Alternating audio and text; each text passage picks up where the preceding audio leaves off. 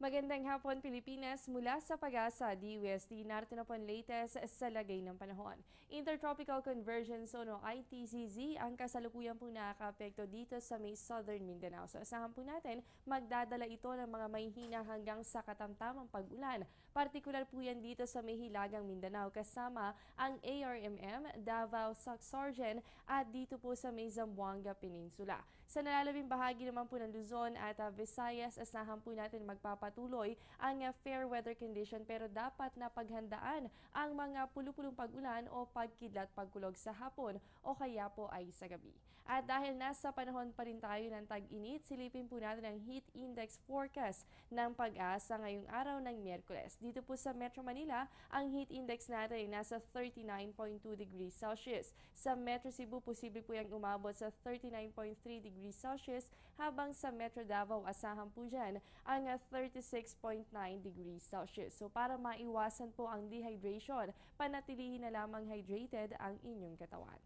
Huwag po kayong alis, magbabalik pa po ang Panahon TV matapos ang isang paalala. Air 21 introduces a new way of rewarding.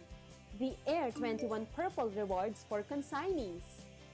Recipients will earn points upon receiving a package.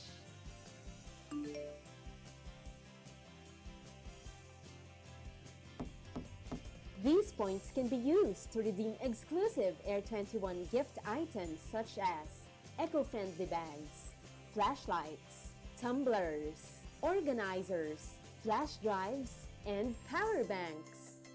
The Air 21 Purple Rewards. Thrilled with surprises! Bagamat madalas po ang mga pag-ulan ngayon, may criteria na dapat ma-satisfy muna bago masabing tag-ulan na. Ayon sa Pag-asa, madalas na po tayong makakaranas ng mga pagkilat at pagkulog na may kasamang mga pag-ulan. Sa panahon rin na ito, asahan po ang prevailing wind system ay ang southwest monsoon o yung hanging habagat na kadalasan magdadala po yan ng mga mahihina hanggang sa katamtamang pag-ulan. Bukod po dito, kinakailangan na makapagtala ng nasa 25 mm na dami ng ulan sa loob ng 5 araw o kaya naman sa loob ng 3 magkakasunod na araw. At para naman masabing tag-ulan na sa malaking bahagi ng bansa, dapat makapagtala rin ng 25 mm rainfall mula po yan sa 5 istasyon. So maaaring magmula yan sa Lawag, Vigan, Dagupan, Iba, Mindoro, Ambulong, Iloilo at dito po sa Metro Manila. At dapat mai-record rin ito sa 2 istasyon dito po sa Metro Manila at kabilang naman dyan ang Science Garden, dito yan sa Quezon City, ang Port Area Manila at ang Sangley Point, Cavite.